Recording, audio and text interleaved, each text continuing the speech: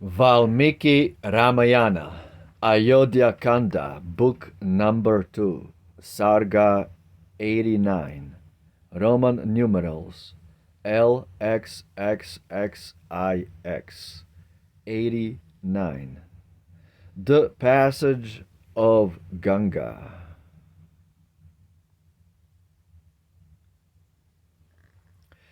That night, the son of Raghu lay on Ganga's bank till break of day.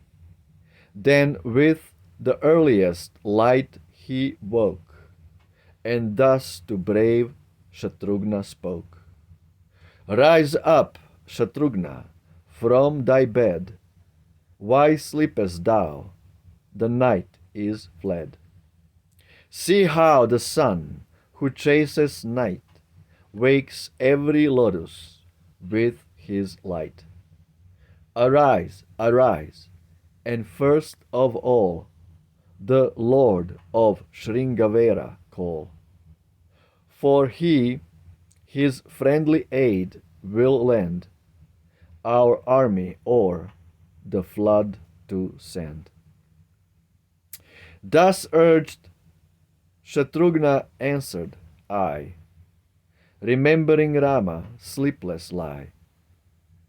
As thus the brothers, each to each, the lion meddled, ended speech. Came Gua, the Nishada's king, and spoke with kindly questioning.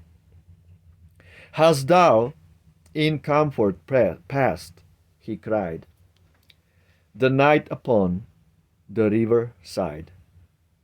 With thee how fares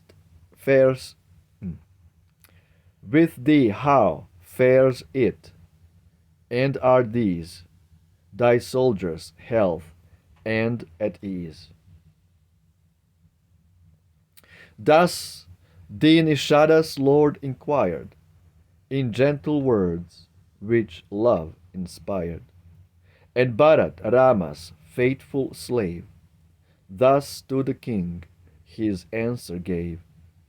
The night has sweetly passed, and we are highly honored, king, by thee. Now let thy servants boats prepare, our army o'er the stream to bear. The speech of Bharat Gua heard, and swift to do his bidding stirred. Within the town the monarch sped, and to his ready kinsmen said, Awake, each kinsman, rise, each friend, may every joy your lives attend. Gather each boat upon the shore, and ferry all the army o'er. Thus Gua spoke, nor they delayed, but rising quick, their lord obeyed. And soon from every side secured, 500 boats were ready moored. Some reared aloft the mystic sign, and mighty bells were hung in line. Of firmest build, gay flags they bore, and sailors for the helm and oar. One such King Gua chose, whereon of fair white cloth an awning shone, and sweet musicians charmed the ear, and bade his servants urge it near. Then Bharat swiftly sprang on board, and then Shatrughna, famous lord, to whom with many a royal dame Kaushalya and Sumitra came. The household priest, when first in place, the elders and the Brahman race, and after them the monarch's train of women born in many a vein. Then, then high to heaven the shouts of those who fired the army's huts arose. With theirs who bade along the shore, or to the boats the baggage bore, full frightened, full freighten with that mighty force, full freight with that mighty force. The boats sped swiftly on their course, by royal Gua's servants manned, and gentle gales the banners fanned. Some boats a crowd of dames conveyed, in others noble coursers neighed. Some chariots and their cattle bore, some precious wealth and golden store. Across the stream each boat was rowed, there duly disembarked its load, and then returning on its way, sped here and there in merry play. Then swimming elephants appeared, with flying pennons high upreared, and as the drivers urged them o'er, the look of winged mountains wore. Some men in barges reached the strand, others on rafts came safe to land. Some buoyed with pitchers crossed the tide, and others on their arms relied. Thus, with the help the monarch gave, the army crossed pure Ganga's wave. Then in auspicious hour it stood, within Prayag's famous wood.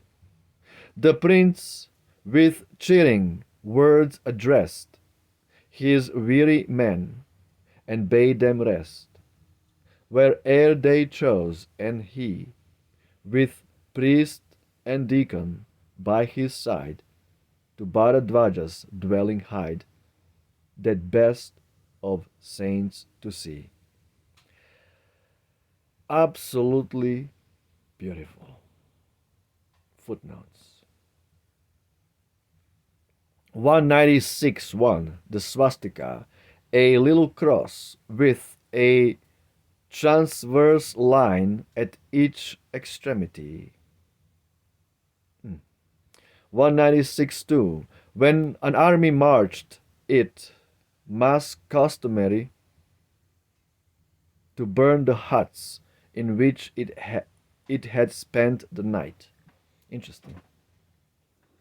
When an army marched, it was customary to burn the huts in which it had spent the night. This chapter is so beautiful. Like specifically very beautiful.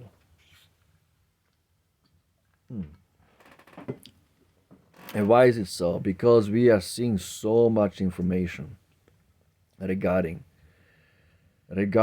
all the opulence, the boats rowing, all kinds of 500 boats. 500 boats were there to cross Ganga.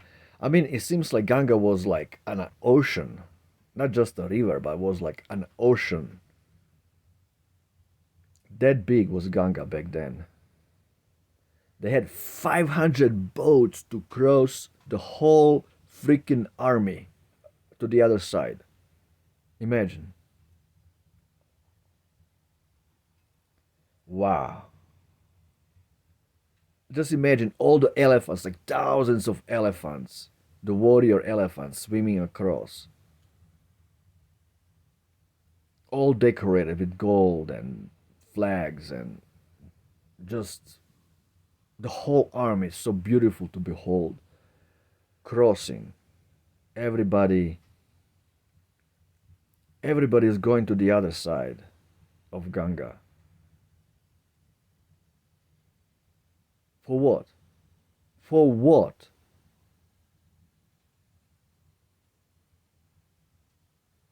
Wow. Wow. All the Brahmins, all the priests, musicians, dancers, all of them were loaded on all those boats and were transported over. Just think about for what? 500 boats. And animals would swim across like elephants.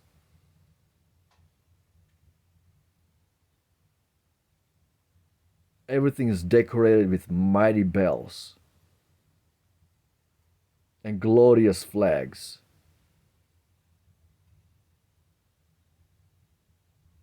Wow.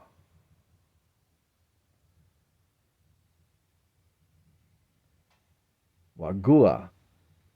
Gua, sure, perhaps he was a aboriginal guy, but it seems like these aboriginal guys, they were very, very advanced in comparison to us.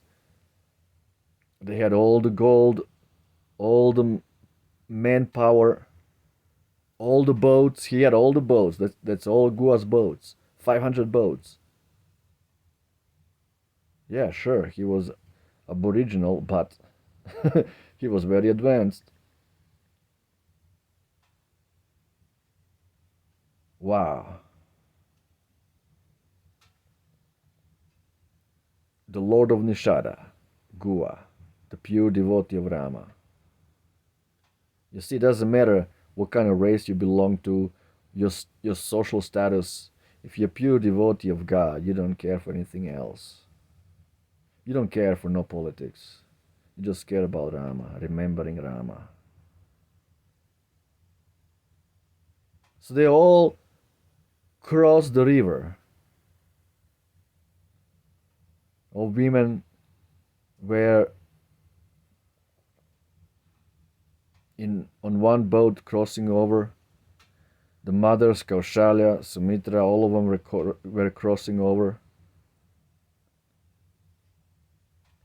It's just mind-boggling. For what? Why would you cross over Ganga? For what? See, this is the beauty of eternal Ramayana, of eternal Rome, eternal Rama.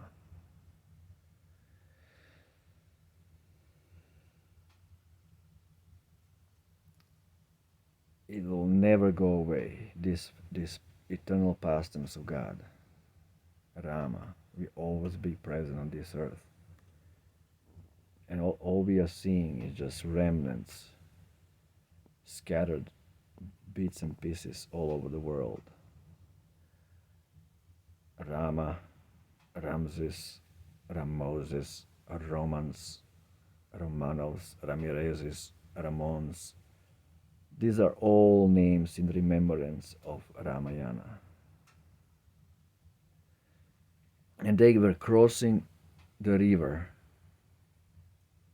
because the only thing that mattered in their lives was Rama, Sita and Rama. That's why they were crossing the river. There was no other purpose crossing the Ganga. Jai Shri Ram, Hail Ram, Victory to Ram, Roma Victa. Ciao.